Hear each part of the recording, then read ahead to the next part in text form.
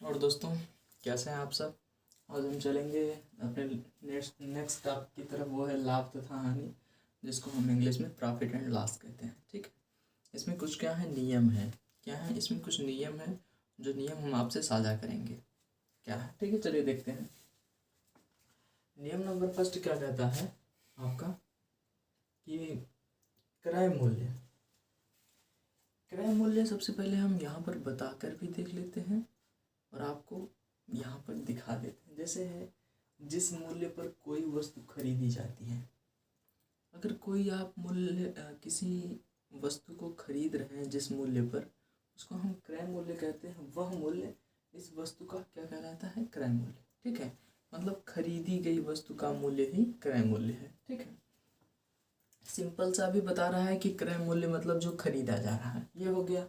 अब सेकेंड नियम हमारा क्या कहता है, विक्रय मूल्य।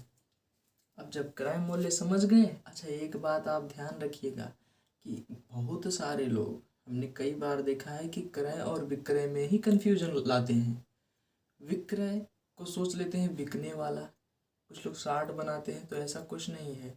जो क्रय है वो खरीदा गया, यहाँ पर पहले भी बता गया है, जिस मूल्य पर कोई वस्तु खरीदी जाती है वह मूल्य इस वस्तु का क्रय मूल्य कहलाता है। ठीक, और विक्रय मूल्य में जिस मूल्य पर कोई वस्तु बेची जाती है, बेचना या जो बिका हो, उसका मूल्य ही हमारा विक्रय मूल्य होता है। वह मूल्य इस वस्तु का विक्रय मूल्य कहा जाता है। ठीक, ये हो गए।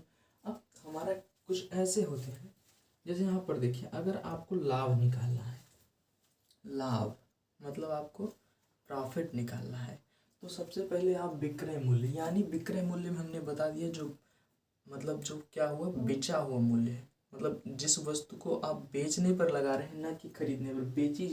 बेची जो जाती है उस पर अगर आप लगा रहे हैं तो वो आपका विक्रय मूल्य हुई। और यहाँ पर सब्ट्रैक्ट किस में करेंगे, क्रय मूल्य में। किस में, क्रय मूल्य में। ठीक, अब यहाँ पर हमारा है हानि। ठीक, लाभ तो हो गया कि विक्रय मूल्य में से क्रय मूल्य को घटा दे रहे हैं, हानि नहीं हो के लाभ हो रही है।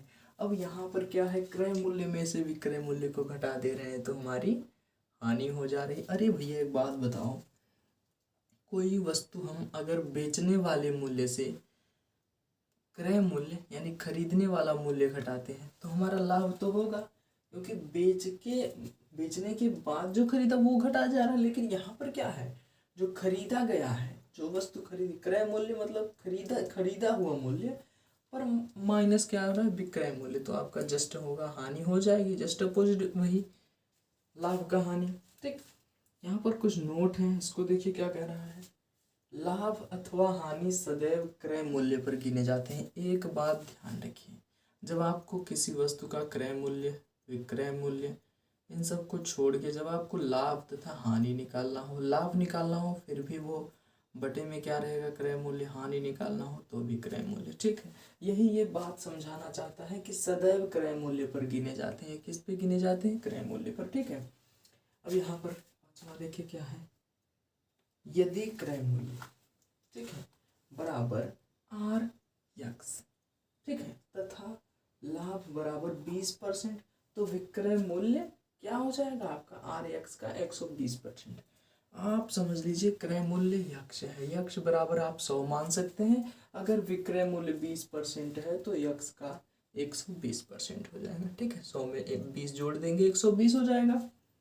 वही चीज है, यदि क्रय मूल्य बराबर यक्ष तथा हानि 20%, हमने क्या बताया, अगर लाभ होगा और वो विक्रय मूल्य है तो आपका प्लस में हो जाएगा। लेकिन अगर हानि है और वो क्रय मूल्य है तो आपकी हानि में चली जाएगी। जैसे यहाँ पर देखिए, यदि क्रय मूल्य यक्ष रुपये यक्ष है तथा हानि 20%, तो विक्रय मूल्य रुपये यक्ष का 80%, क्योंकि 100 में से हमको 20 घटा देना होगा, तब हमारा 80% आ जाएगा। अब यहाँ पर लाभ देखिए, लाभ में क्या कह रहा है, लाभ परसेंट, हाँ वही चीज जो हमने आपको बताया था कि सदैव क्रय मूल्य में गिने जाते हैं। तो कैसे गिने जाते हैं ये बताया गया है। लाभ परसेंट, परसेंट का मतलब आप हमेशा 100 जानिए, प्रतिशत, जो पर 100 पर हो। ठीक, उसी को प्रतिशत कहते हैं।